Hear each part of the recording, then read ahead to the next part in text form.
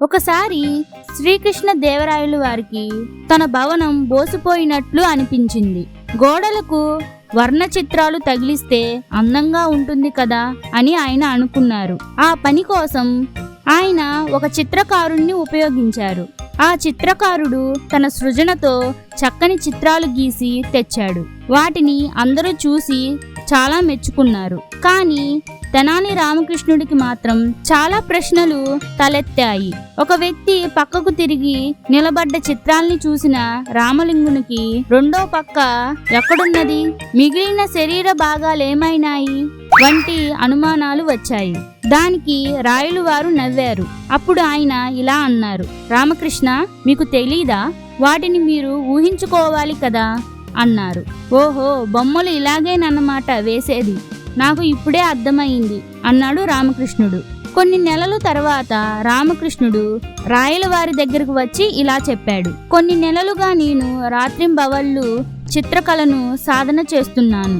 మీ భవనపు గోడల మీద కొన్ని చిత్రాలు గీస్తాను అన్నాడు రామకృష్ణుడు. రాయలు వారి ముఖం విప్పారింది. అద్భుతం, పాత ముసిబారిన చిత్రాన్ని తీసేసి మీరు కొత్త చిత్రాలు గీయండి అన్నారు. తెనాలి రామకృష్ణుడు పాత పటాల మీద సున్నం కొట్టించేసి ఆ స్థలాలలో తన సొంత చిత్రాలు గీశాడు.